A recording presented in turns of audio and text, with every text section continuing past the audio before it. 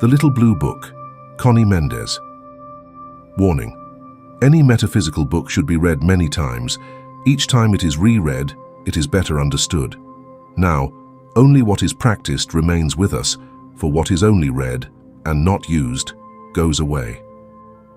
Introduction. The present little book is written in what this author calls words of a penny. That is to say, in the simplest terms, with the intention of making it understandable to all those who need to know the truth of God and do not have the knowledge, with which to digest the texts of psychology and metaphysics as they are written in Spanish. Every time we hear or read something new, unknown to us, it awakens cells that were dormant in our brain. The second time we stumble upon that new idea, we understand it a little better. The cells begin to work on the idea, and soon after, light is made in our mind. That is, we accept the idea, adopt it, and put it into practice automatically. This is how we awaken, learn, evolve, and advance. It is not necessary to make superhuman efforts to get things into our heads. It is a natural process. However, we must be willing to reread, and reread again until we feel that what we have learned is automatic. That is all. Carry a copy of this booklet with you in your purse or pocket. Put another one on your bedside table. Reread it often, especially every time you have a problem, every time you are faced with a distressing or upsetting situation, whatever it may be. Something amazing will happen to you, and that is that the booklet will open on the page you need to consult, and you will think, "It seems that this has been written for me." Jesus Christ said, "In my Father's house there are many mansions." Metaphysics is one of these mansions, that is, the study of mental spiritual laws. It does not interfere with spiritualism, although this is also a mansion in the Father's house. May this little work bring you all the peace and prosperity that it has brought to so many others. Blessings to you.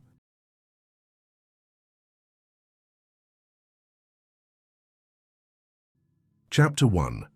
Dynamic Christianity.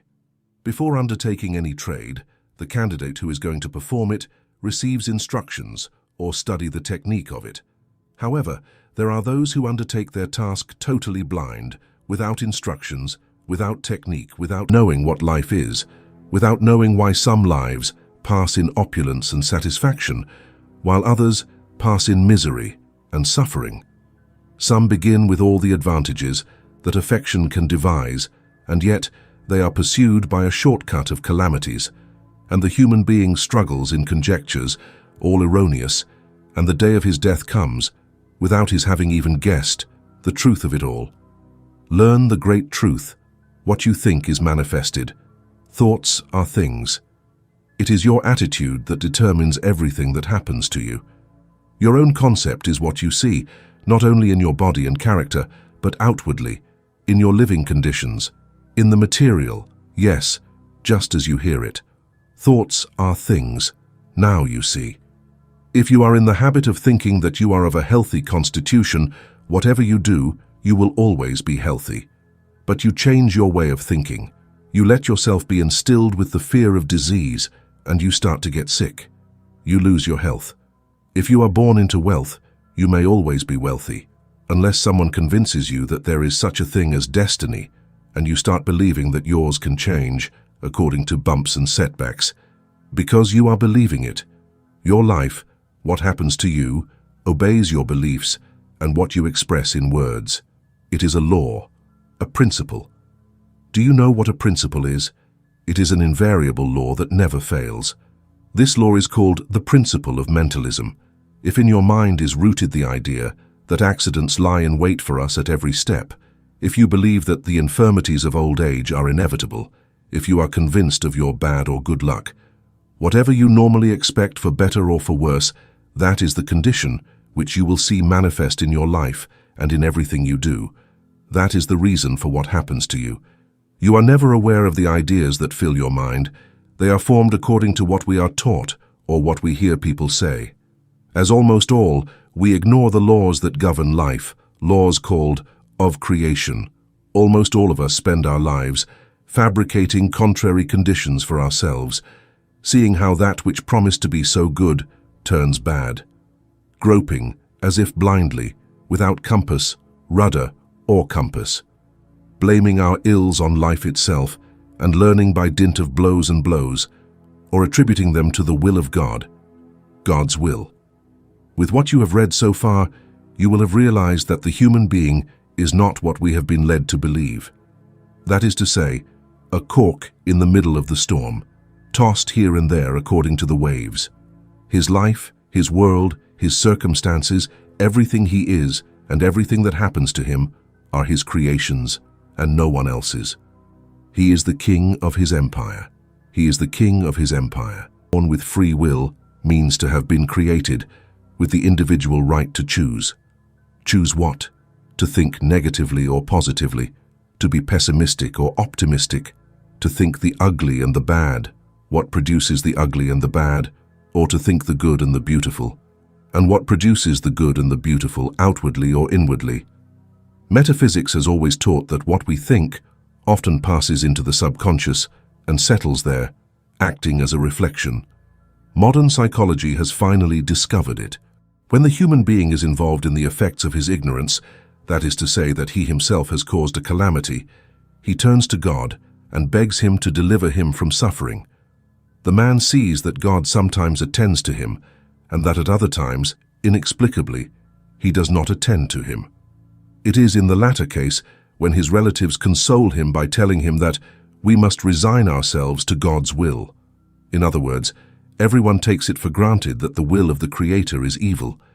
But at the same time, religion teaches that God is our Father, a Father all loving kindness, mercy. Do you see how these two theories do not agree?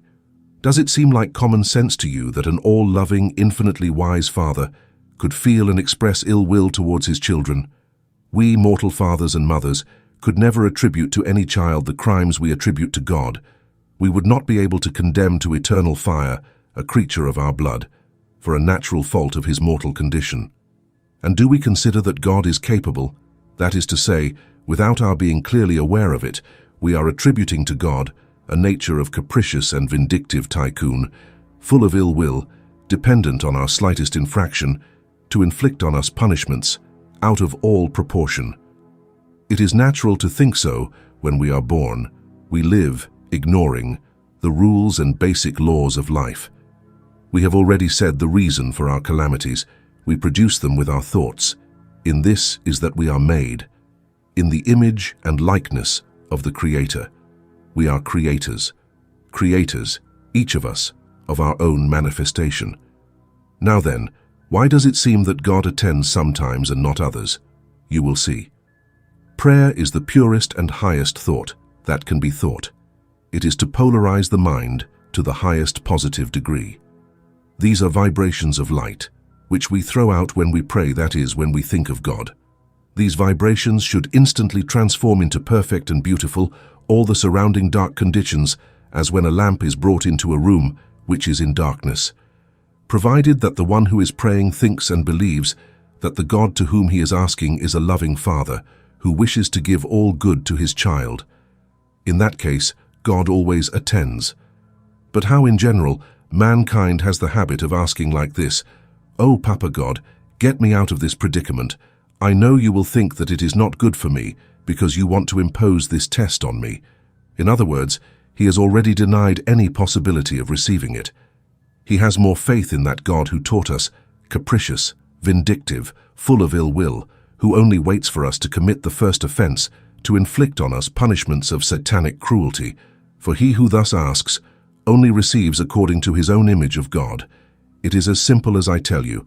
Now never again forget that God's will for you is good, health, peace, happiness, well-being, all the good that he has created. Never again forget that God is neither the judge nor the policeman, nor the executioner, nor the tyrant that you have been led to believe. The truth is that he has created 7 laws, 7 principles that act in everything and always, and do not rest for a single minute. They are responsible for maintaining order and harmony throughout creation. No policemen are needed in the spirit. He who does not march with the law punishes himself. What you think is manifested, so learn to think correctly, and with the law, so that all the good that God wants for you is manifested. St. Paul said that God is closer to us than our feet and our hands, and even closer than our breath. That's why we don't have to cry out to Him to be heard. It is enough to think a little of Him so that what seems disordered begins to recompose itself. He has created us, and He knows us better than we know ourselves. He knows why we act this way or that way, and He does not expect us to behave like saints when we are just learning to walk in this spiritual life. I am going to beg you, do not believe anything I am telling you, without first checking it out. It is your divine and sovereign right. Do not do what you have done up to now. Accept everything you hear and everything you see, without giving yourself the opportunity to judge between what is right and what is wrong.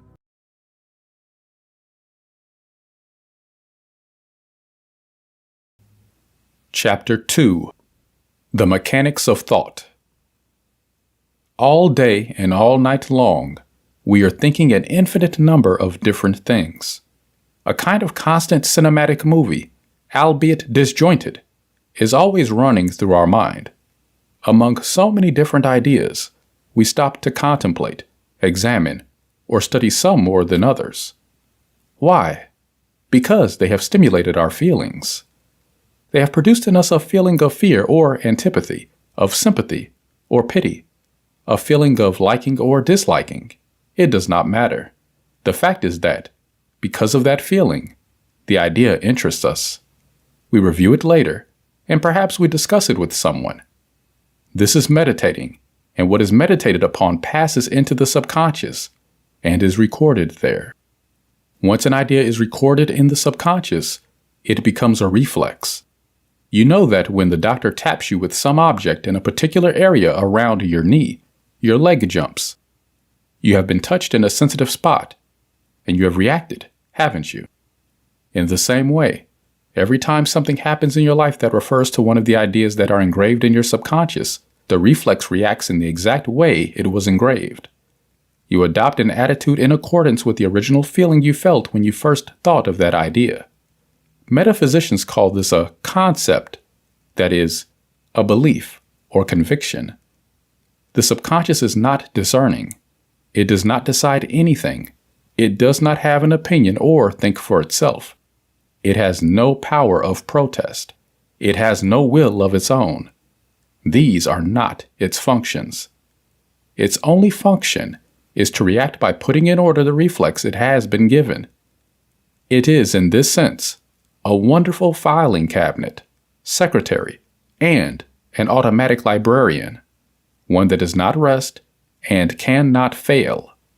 However, it does not have a sense of humor. It does not know when an order has been given in jest or in earnest.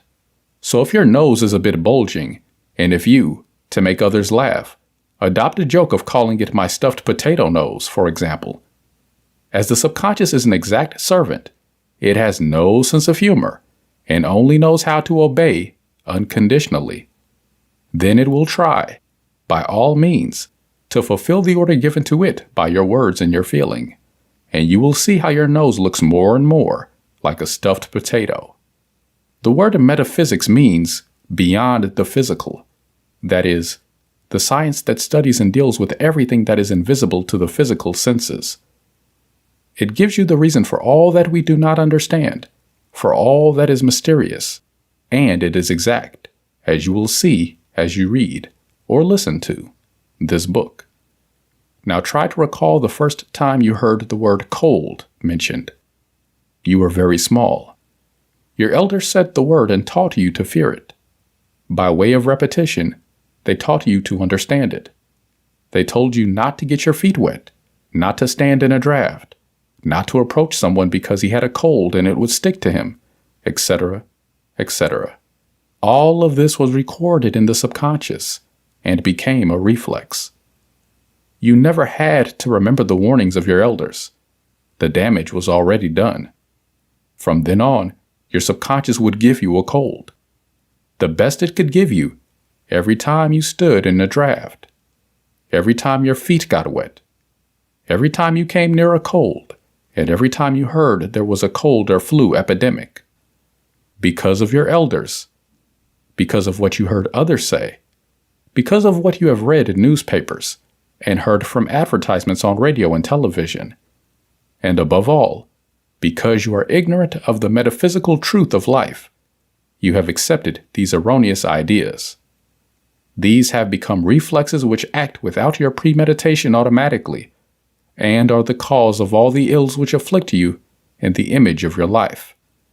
You have a bulky load of strange ideas which affect all departments of your life, your body, your soul, and your mind.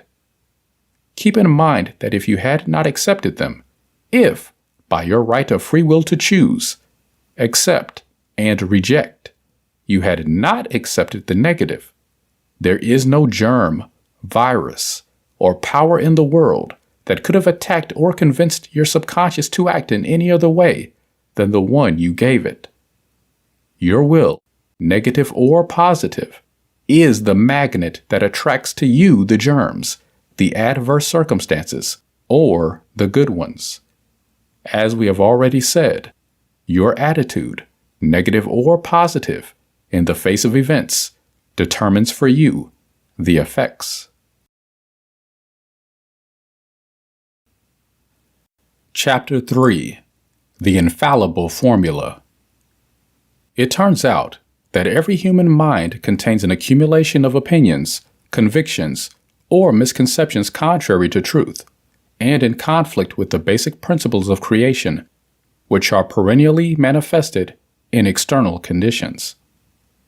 This applies to all those calamities and sufferings which afflict man in the world in general: diseases, accidents, ailments, quarrels, disharmonies, deficiencies, failures, and even death. Happily, none of this conforms to the truth of being. Fortunately, there is a way to erase all these false beliefs and replace them with correct ones, which will not only produce positive, good, happy, right conditions and circumstances, but once the error is corrected and the truth is established in the subconscious, the negative things can never happen again in our lives. The order has been changed. The magnet has changed its pole. It is absolutely impossible to attract anything that does not already find its correspondence in us. The infallible formula is the following. Every time something undesirable happens to you, that you get sick, that an accident happens to you, that you are robbed, that you are offended, that you are disturbed, if you are the cause of some evil to another or to yourself, if you are afflicted with a physical, moral, or character defect, if you dislike someone, if you detest someone, or if you love them too much and suffer for it, if you are tortured by jealousy, if you fall in love with someone who belongs to another, if you are the victim of injustice or the victim of domination by another, the list is endless. So, tell yourself what condition is affecting you. Know the truth. Thus, Jesus Christ, the greatest of all masters of metaphysics, said, "Know the truth, and it shall set you free."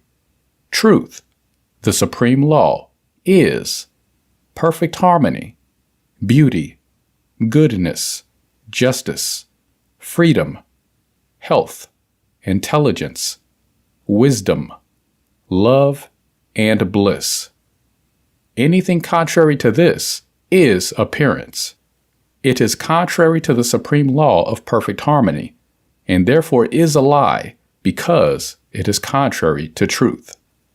Your higher self is perfect at this moment and always has been perfect. It cannot get sick because it is life. It cannot die for the same reason. It cannot grow old. It cannot suffer. It cannot fear. It is beautiful. It is love, intelligence, wisdom, and bliss. That is truth. It is your truth, mind, that of all human beings, and right now. Not that the human being is God. Like a drop of seawater, it is not the sea, but it embraces all that forms and contains the sea to an infinitesimal degree. And to an atom, That drop of water is a sea. Whatever you are manifesting, anything that is happening to you that is contrary to perfect harmony, or anything that you yourself are doing or suffering that is contrary to perfect harmony, is due to an erroneous belief that you have created, that you know. Consequently, you are reflexively throwing outward and attracting its equal from the outside. It has nothing to do with your higher self. It is still perfect. Your conditions and your situation are perfect. To the circumstances listed above, you must remember that what I have just told you first of all, and then say mentally or out loud, as you wish, I do not accept it. Say it firmly, but with infinite gentleness. Mental works do not need physical strength. Neither thought nor spirit has muscles. When you say, I do not accept it, do it as if you were saying, I do not feel like it. Say it calmly, but with the same conviction and firmness, without shouting, without violence, without a movement, without abruptness. After you have said, I do not accept it, remember that your higher self is perfect and its conditions are perfect. Now say, I declare that the truth of this problem is harmony, love, intelligence, justice, abundance, life, health, etc. Use whatever is the opposite of the negative condition which is manifesting at that moment. Thank you, Father, for you have heard me. It will not do you any good to blindly believe what you've just read or heard. You will have to check it out for yourself. In metaphysical language, this is called the treatment. After any treatment, you have to maintain the attitude you have stated.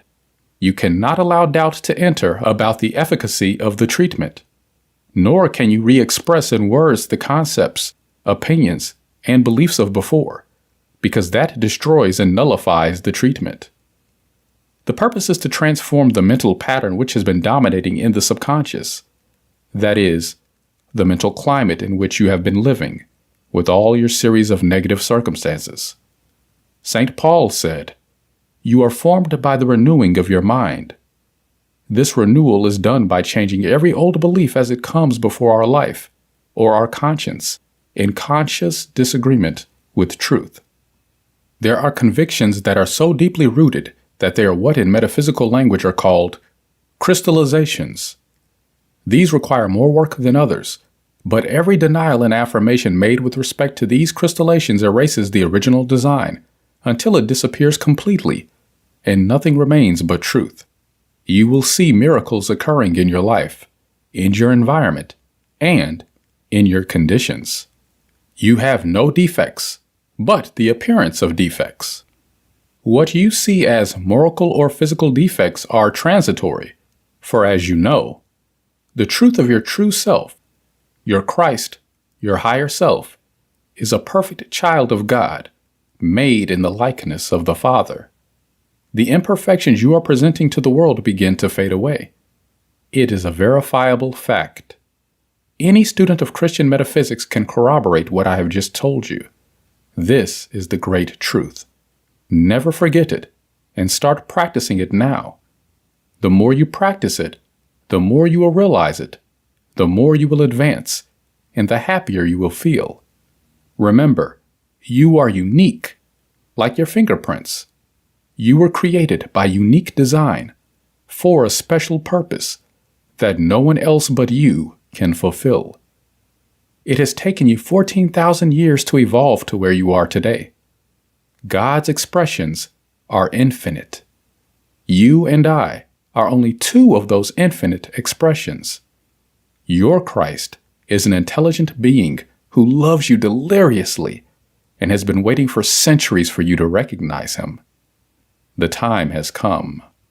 Speak to him, ask him, and wait for his answers. He is the only guide and master for you. When you come to understand, accept, and realize this truth, it will be the birth of Christ for you.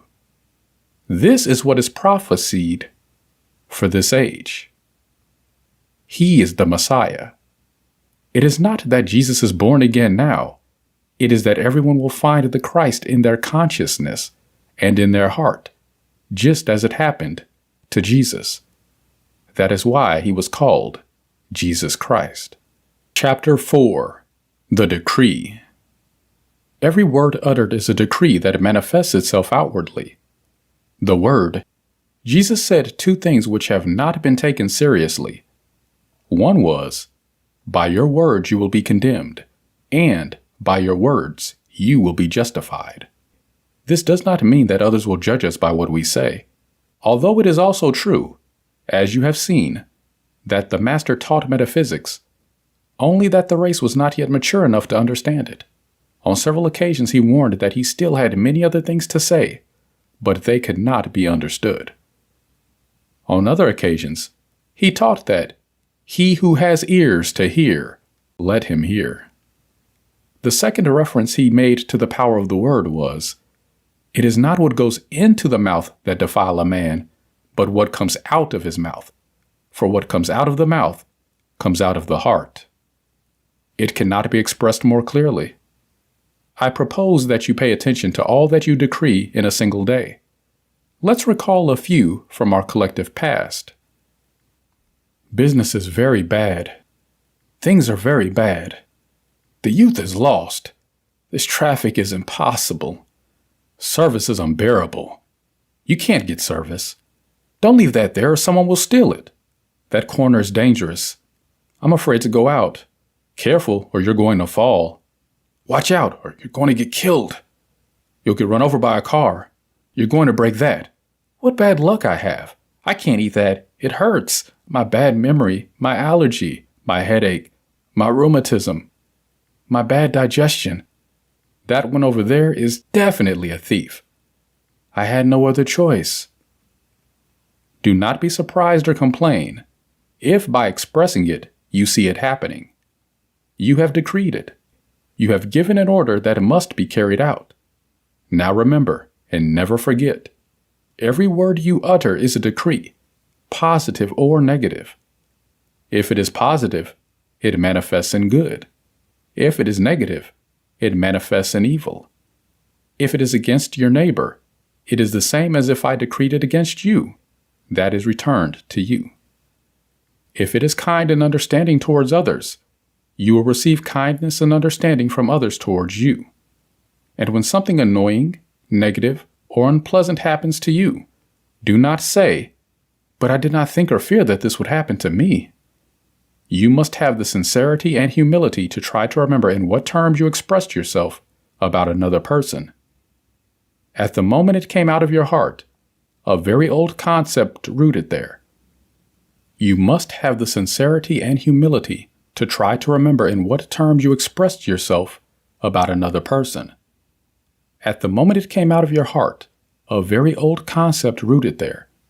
Perhaps it is nothing more than a social custom, like the generalities mentioned above, and one that you really do not wish to continue using, as the feeling that accompanies a thought is what engraves it more firmly in the subconscious.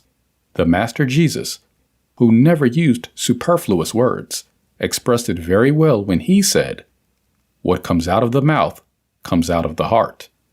This gives us an unmistakable key to what we can do. It is, in fact, the unequivocal key.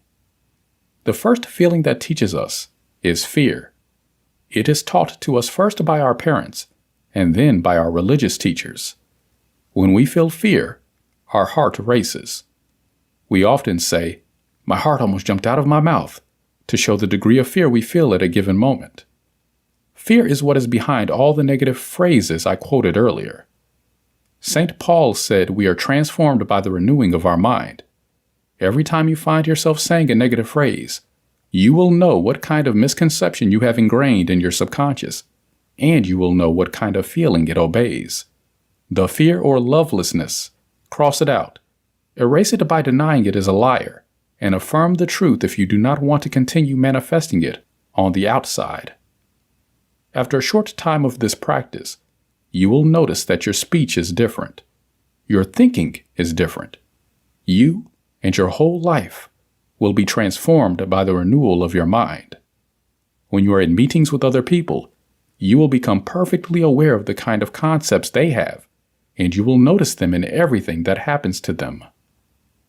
Whenever you hear negative conversations, do not affirm anything they express. Think, I don't accept it for me or for them. You don't have to tell them. It is better not to divulge the truth that you are learning.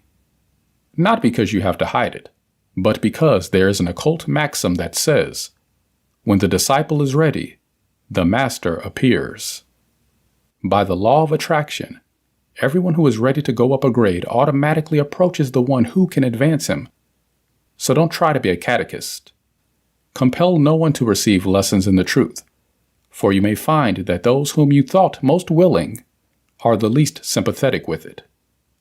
This is what Jesus meant when he said, "Give not that which is holy unto the dogs, neither cast your pearls before swine, lest they trample them under their feet, and turn and tear you in pieces."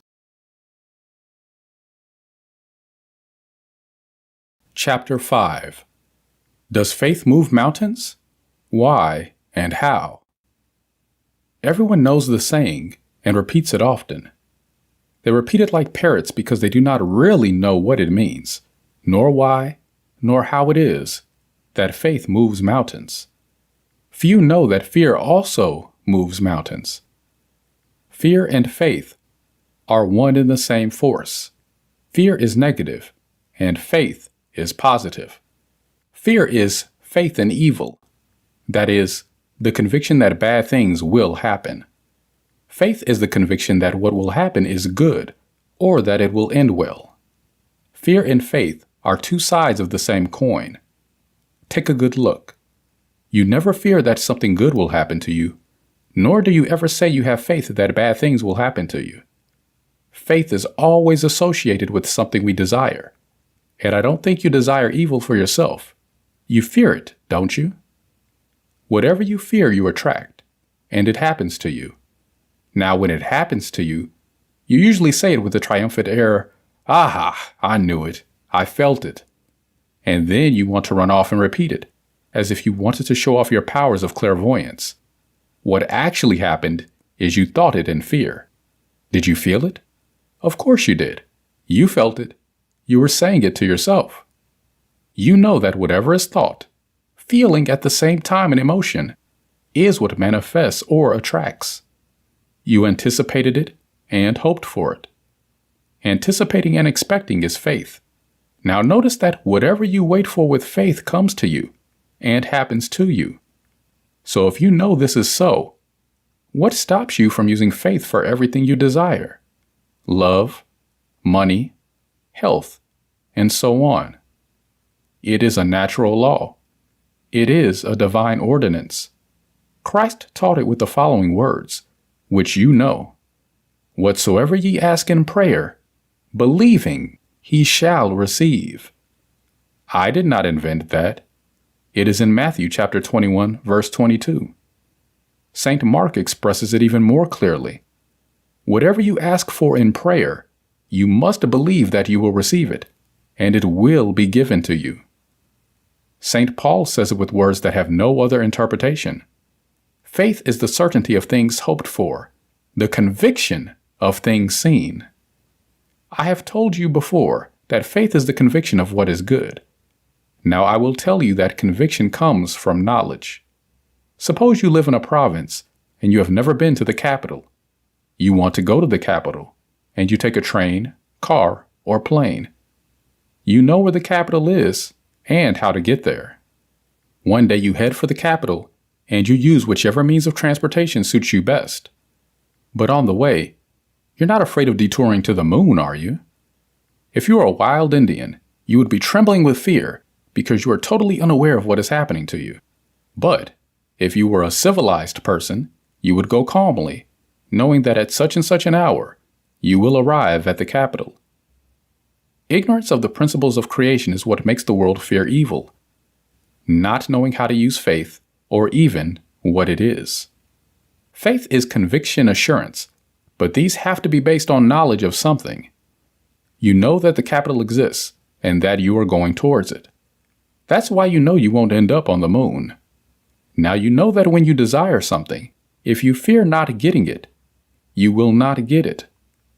If you deny it before you receive it, as demonstrated in the example given earlier with the prayer addressed to God by the generality of humans, "My God, grant me such a thing, although I know that you will not give it to me because you will think that it does not suit me," you will not obtain it because you have denied it beforehand. You have confessed that you do not expect it. Let me give you the metaphysical formula to get what one desires. It is a formula to be used for everything. Try it for yourself. Do not blindly believe me. I desire such a thing in harmony for the whole world and in accordance with the divine will, under grace, and in a perfect manner.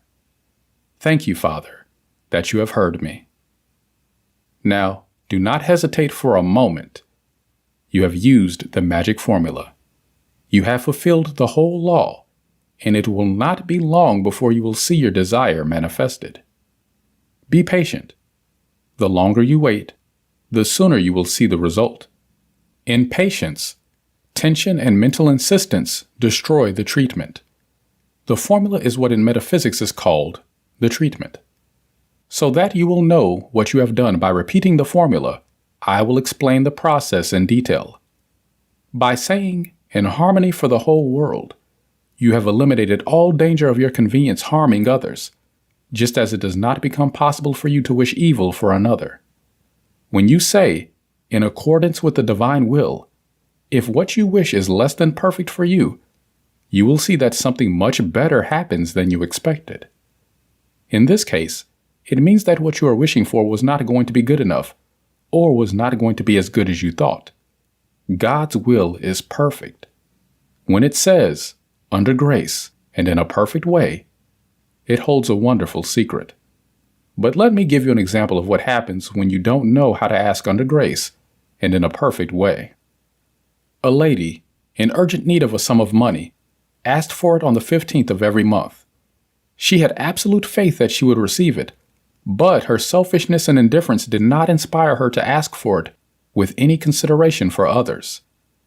The next day, a car damaged her daughter, and on the 15th of the month, she received the exact amount she had asked for. It was paid by the insurance company for her daughter's accident. She asserted the law against herself. To ask under grace and in a perfect manner is to work with the spiritual law. The law of God, which always manifests itself on the spiritual plane. There, on the spiritual plane, all is perfect without hindrance, without obstacle, without hindrance, without stumbling or harm to anyone, without struggle or effort, smoothly, all with great love. And that is our truth. That is the truth which, when known, sets us free. Thank you, Father, for you have heard me, is the highest expression of faith we can cherish.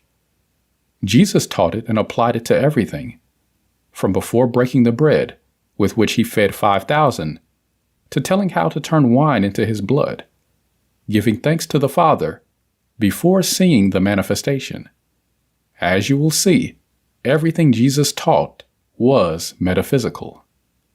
Whatever you desire, whatever you need, you can manifest. The Father has already foreseen everything. He has already given everything, but you have to ask for it as you feel the need. You just have to remember, you cannot ask for evil for another, because that is returned to you, and whatever you ask for yourself. You must also ask for all mankind, because we are all children of the same Father. For example, ask for great things. The Father is very rich, and he does not like stinginess. Don't say, "Daddy God, give me a little house. I only ask for a little house, even if it is small," when the reality is that you need a very big house because your family is big. Now, make your list. To strengthen your faith, make a list of the things you want or need. List the objects or things.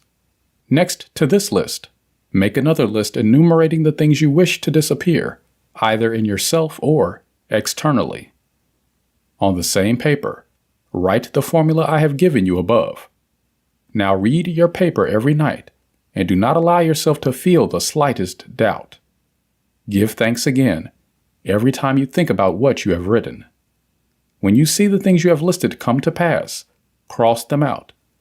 And at the end, when you see them all done, don't be so ungrateful as to think, maybe they were going to give them to me anyway. Because that's a lie. They were given to you because you asked for them correctly, and the outside accommodated to let them pass you by.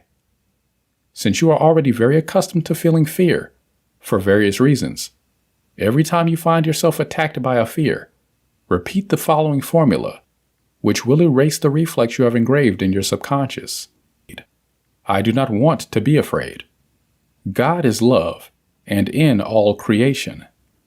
There is nothing to fear. I have faith.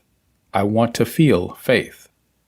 A great master used to say, the only thing to be afraid of is fear. You must repeat the formula, even when you tremble with terror. At that moment, all the more reason. Only the desire not to fear and the desire to have faith are sufficient to nullify all the effects of fear and place us at the positive pole of faith. I suppose you already know the psychological principle, which says that when one habit is erased, it must be replaced by another. Every time an idea crystallized in the subconscious is denied or rejected, it is erased a little. The little vacuum thus created must be immediately filled with an opposite idea. Otherwise, the vacuum will attract ideas of the same type and which are always suspended in the atmosphere thought by others.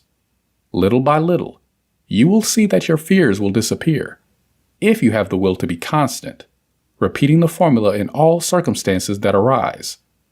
Little by little, you will see that only the things you want to happen will happen to you. By their fruits you shall know them, Jesus said. This great instrument, the power of decree, is presented to us in that extraordinary account of creation found in the first 2 chapters of Genesis in the Bible. I suggest that you take some time to read this wonderful account. As you read, you will realize that man, that is, you and I, was not created to be the fixture of circumstances, the victim of conditions, or a puppet moved by powers outside his domain. On the contrary, we find that man occupies the pinnacle of creation. Far from being the most insignificant thing in the universe, he is, by the very nature of the powers given him by his Creator, the supreme authority appointed by God to rule the earth and all created things. Man is endowed with the same powers of the Creator because he is made in his image and likeness. Man is the instrument through which the wisdom, love, life, and power of the creative spirit are expressed in fullness. God placed man in a receptive and obedient universe, including his body, his affairs, his environment, who has no alternative but to carry into effect the edicts or decrees of his supreme authority. The power to decree is absolute in man. The dominion God gave him is irrevocable. And although the basic nature of the universe is good in the Creator's evaluation, it can appear to man only as he decrees it to appear. We see that as long as man was obedient to his Creator, keeping his power to think and make decrees in tune with the spirit of good, which is the structure of creation, he lived in a universe of good, a Garden of Eden. But when man fell, eating from the tree of the knowledge of good and evil, and chose to base his thinking in the use of his powers on good and evil, what as a free agent could he do? He immediately found sweat and thistles mixed with his daily bread. Since the fall, man has been busy declaring his world good or evil, and his experiences have been in accordance with his decrees. This evidently shows how the universe responds, and how complete and far-reaching are man's dominion and authority. Chapter 6. Love.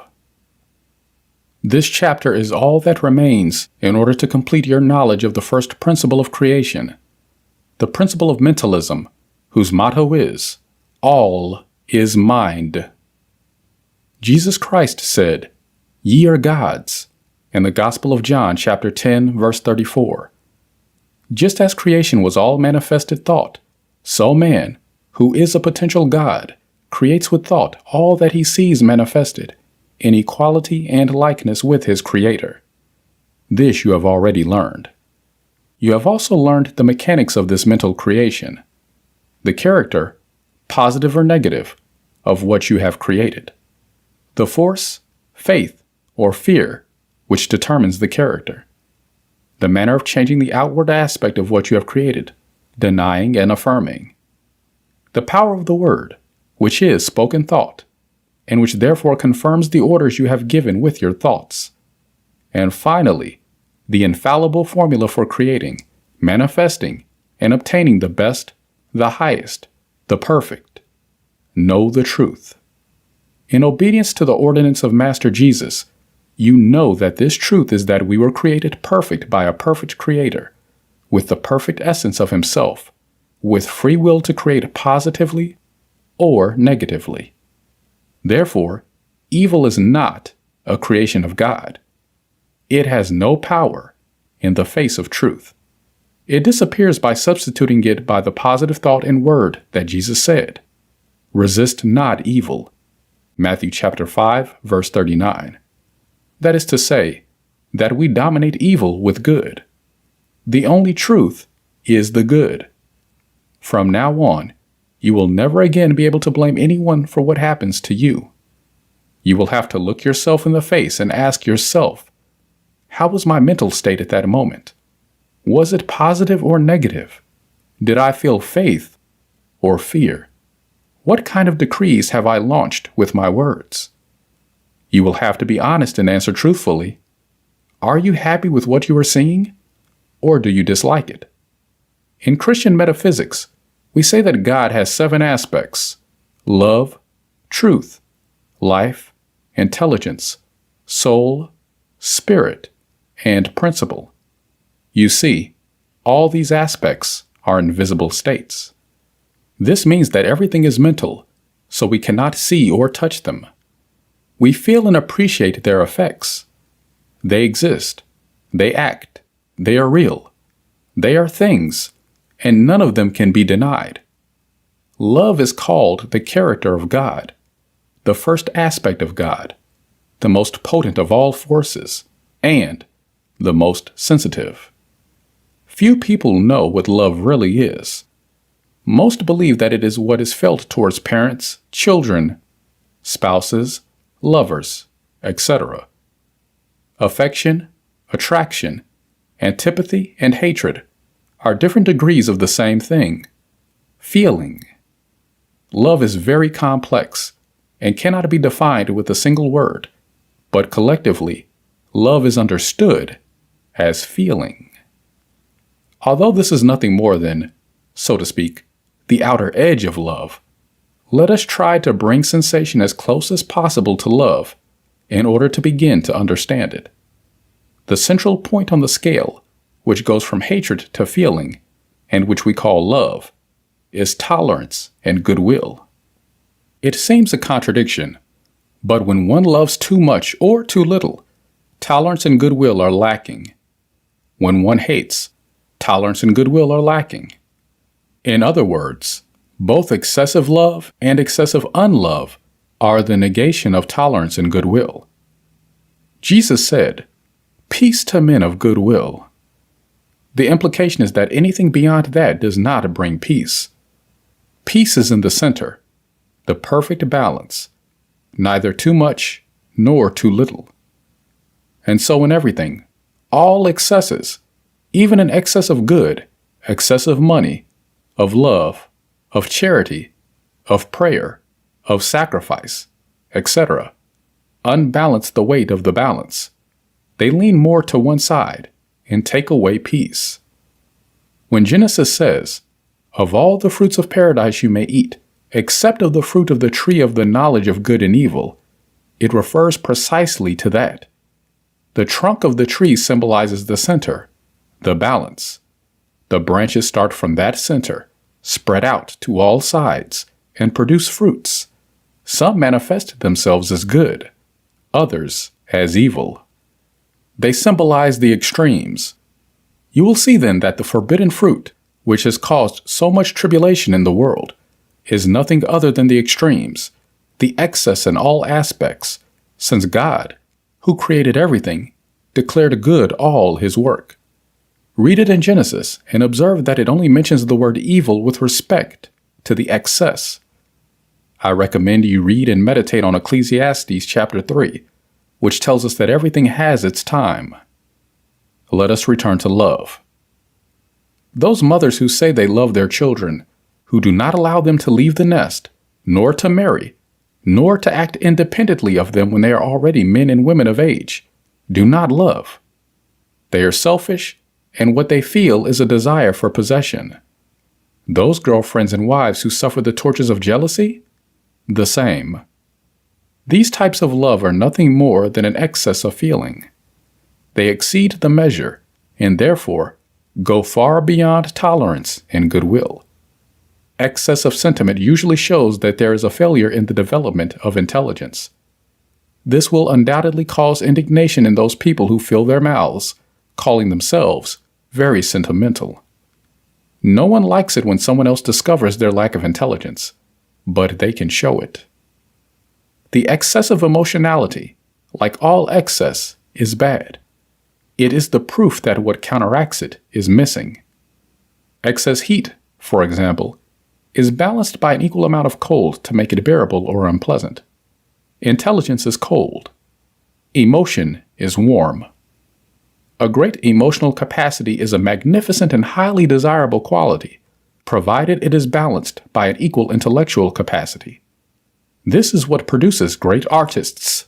But the artist has his art in which to pour all his emotional strength. On the other hand, the exaggeratedly emotional person with little intellectual development pours all his passion into the human beings around him, tries to bind them, and make them do his bidding.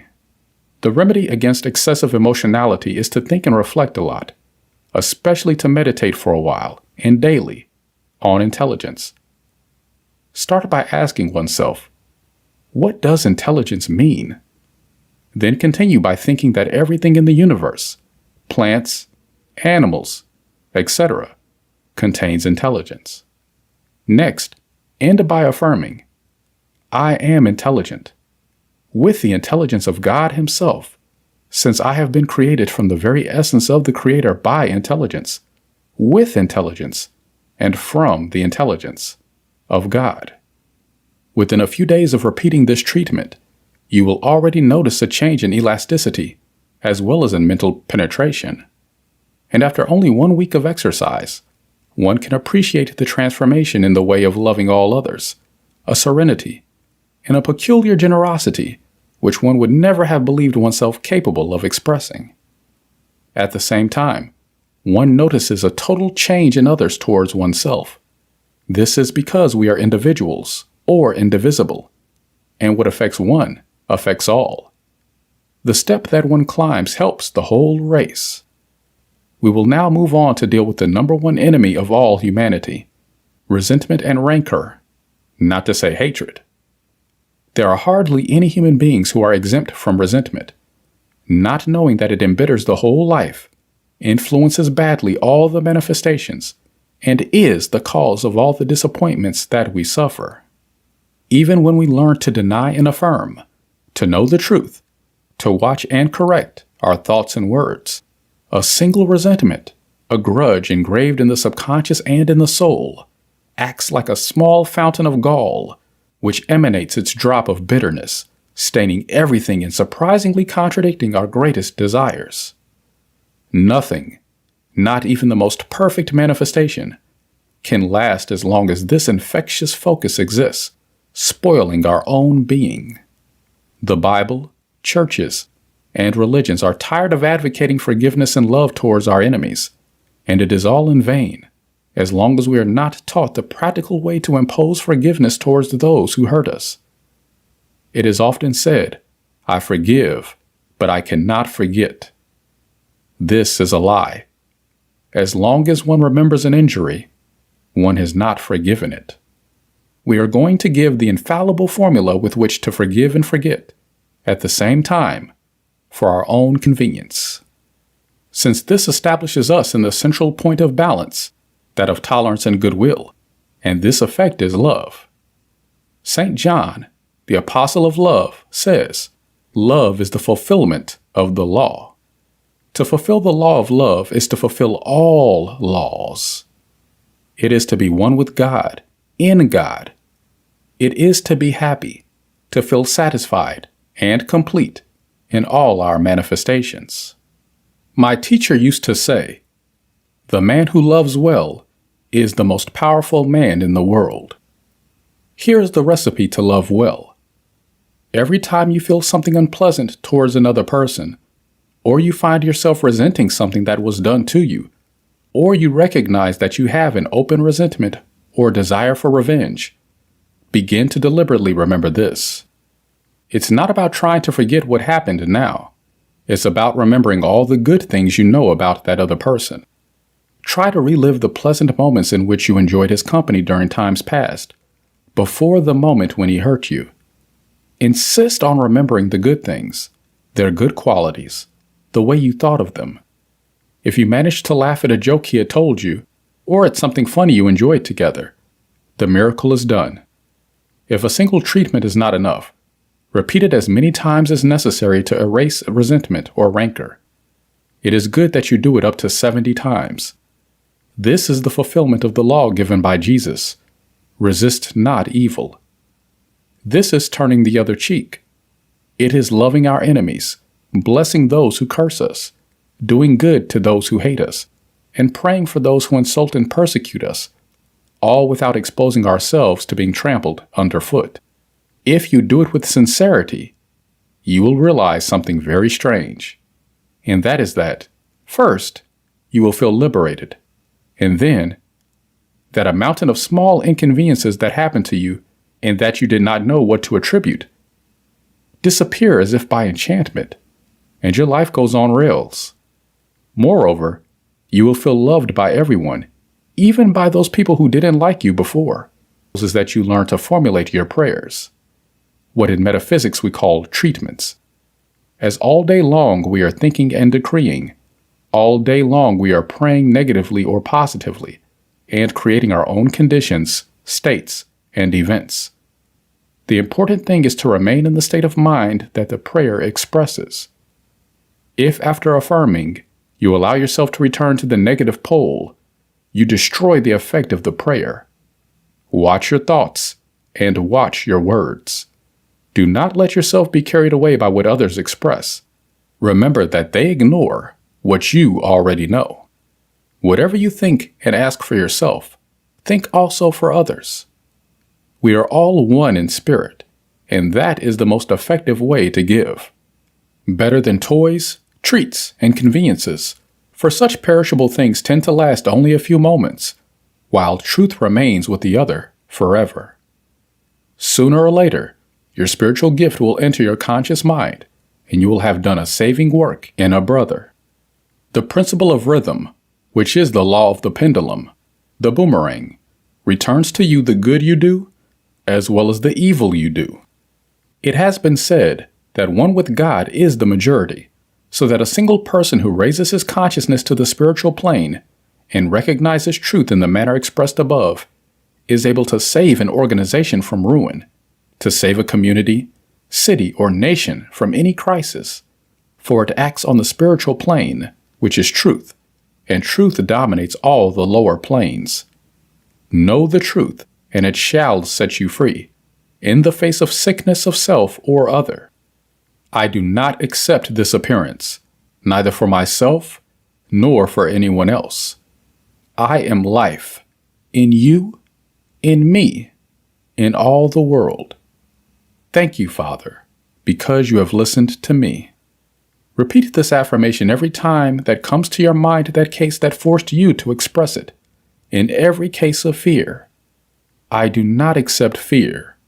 God is love. I am his child. I am love. I am made of love and by love. Thank you, Father, that you have heard me.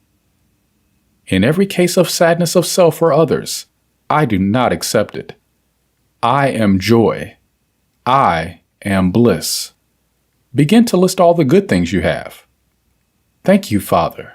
For any manifestation of scarcity, I do not accept this appearance.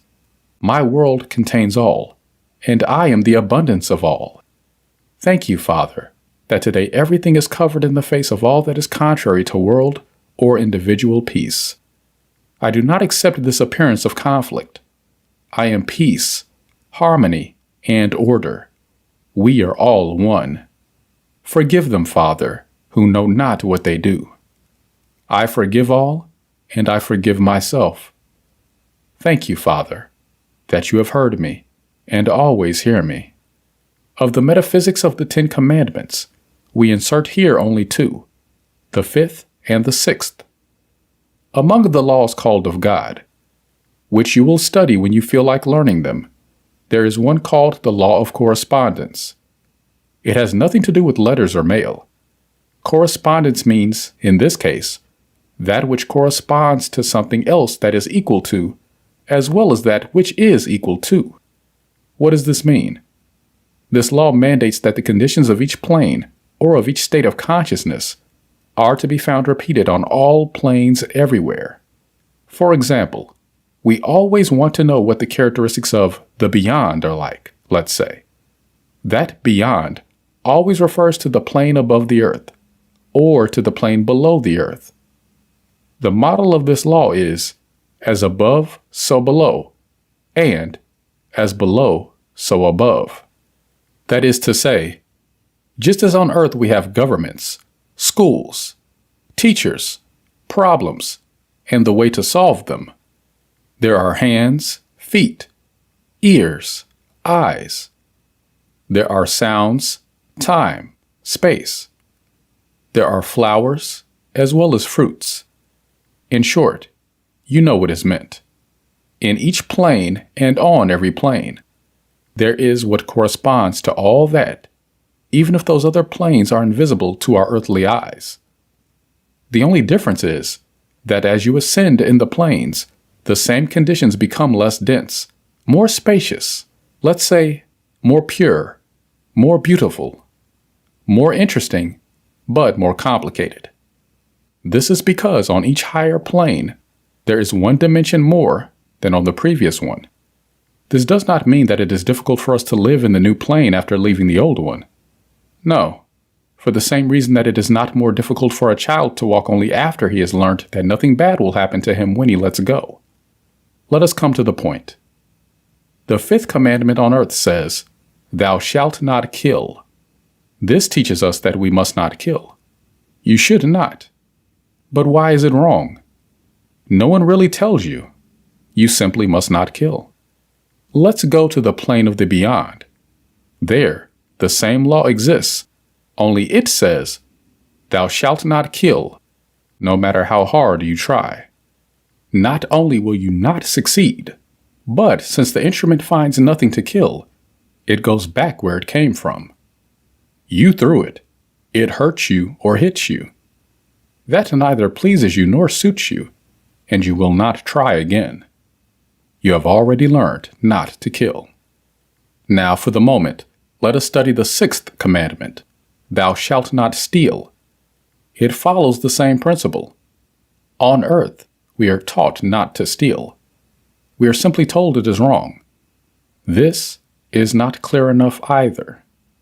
And on the plane of the beyond, the commandment says, "Thou shalt not steal what does not belong to you." Don't even try. You can't. You can procure an equal object, but never the same one. It will not stay with you and will return to its rightful owner. On earth, these commandments seemed like prohibitions. On the next plane, they are revealed to you as conditions, laws, and principles, which cannot be broken. No one may kill you or steal from you. You may not kill anything or anyone. You may not appropriate what belongs to others, nor may anyone appropriate what belongs to you. But that is not the only happiness. Take a good look. When on earth you are already incapable of killing or stealing, you are ready to learn the conditions of the other plane, which is called of consciousness. That is to say, when you learn the first lesson, you go on to learn the second, correct? That's true. But the great happiness is that when you learn the second lesson, it is not necessary that you have died or that you are in the other plane beyond. No, you are alive and kicking here on earth. You apply the second lesson, and you are amazed to see that this law works the same for you here on earth as it does in heaven.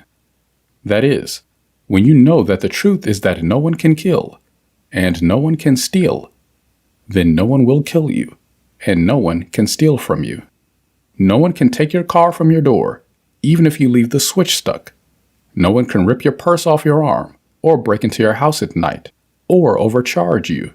Nothing that is not honest can happen to you. What is yours, I ask? Yours and no one else's. We are going to explain why this is so in the following paragraphs. Why can't you kill? Because life is just that. Life is not death. Life cannot die, for that would be a contradiction in terms. Life is eternally life and can never be death. So, you say, what happens to me? I never die, since I am alive. Exactly. You are in eternity, and no one can take your life away from you. Your life is God. Your life is God. Who takes away God's life? That's why you can't kill anyone either. And he continues to live, more alive than ever on the other plane, just like you. Now, you know that what you do on earth is also returned to you. Why? Because of the law of correspondence. Because everything in one plane has its correspondence in the others. In all the others, this law says, do not do to others what you do not want others to do to you. You know the reason. If you have not yet learned to obey this law, start observing how everything you do to others, in evil or in good, is returned to you. Now, why can't you steal? What makes this law work? First, you will know that you have reached a dead end if you have not yet resolved to accept the law of reincarnation. Ah, you say, what have we here? One of our metaphysical mottos is, what you cannot accept, let it pass. But keep listening. If you don't like the idea, don't reincarnate, but you won't advance either. You will remain stagnant for the same reason that whoever does not want to accept that the sun will rise tomorrow will have to go into a closet every morning and remain locked up there during all the hours of sunshine every day. The law of evolution is an eternal experimentation in overcoming, as we have already seen above in the child who learns to walk, and who does not have to be afraid because he learns to let himself go. You know that everything changes from one thing to another, like the child who becomes a child, like the child who becomes a little turkey, like the little turkey who becomes an adult, then an old man, and then leaves the old shell here and goes to look for a new one in the hereafter. When a being dies, he finds himself in the middle of a new set of circumstances in the beyond, but he has not lost anything of value, such as hearing, sight, feeling, will, free will, the faculty to move, to communicate with others, his identity, his I. On the contrary, since there is one more dimension, one sees more, hears more, feels more, understands more, embraces more, etc. In other words, nothing of what has been acquired can be lost. It is only adapted to the new conditions of the plane. This means that on each plane, you acquire new, greater skills and knowledge. In each incarnated life, one acquires new experiences and learns to use new objects and instruments which, although material here on earth, have their correspondence on the other invisible planes. For what kind of advantage would it be to become a finished musician in the world and not be able to externalize it on the next plane? And you have arrived at the great explanation. What you acquire, you know, the instruments you have had to employ and learn to use, like cutlery, a bed, a match, etc. On each plane, they have their correspondences. Don't forget, and these, being already yours by right of conscience, as we say in metaphysics, appear automatically in your life or lives, one after the other, because you cannot be born in a family that does not have the means to provide you with what belongs to you, by right of conscience. Many times it happens that a child comes into the world in a family lacking what belongs to him by right, and it turns out that soon the family acquires it, as if it were a great coincidence. That is why you cannot steal what is yours, nor can you take possession of what you have not earned or surpassed in a previous life. That is why the great happiness is knowing this law and these conditions. The law works on this earthly plane and on all the other planes. Therefore, you can be sure that no one can cause you losses or take anything from you, not even your husband or your wife, as long as you have not done it to someone else. So then, why be afraid? And if you have already learned that in this life, it is that you have it by right of conscience. So the way to live happily is to learn the metaphysics of the 10 Commandments. With this small gift that we offer you, you will have put your foot on the first step of happiness. I will never tire of recommending that you constantly read or listen to this booklet. Do not throw it in the drawer. Instead, keep it in your pocket or purse or backpack. Reread it or listen to it again every day, if you can. Put it into practice, instructions, and when you feel that the time has come to acquire more instruction, attend the appropriate lectures and acquire the appropriate follow-up books. It will cost you nothing. You will only pay for the books you wish to acquire, as they must be sold in order for them to continue circulating. Receive all our love. May the light of your beloved presence of the I Am envelop you, fill you, illuminate you, guide you,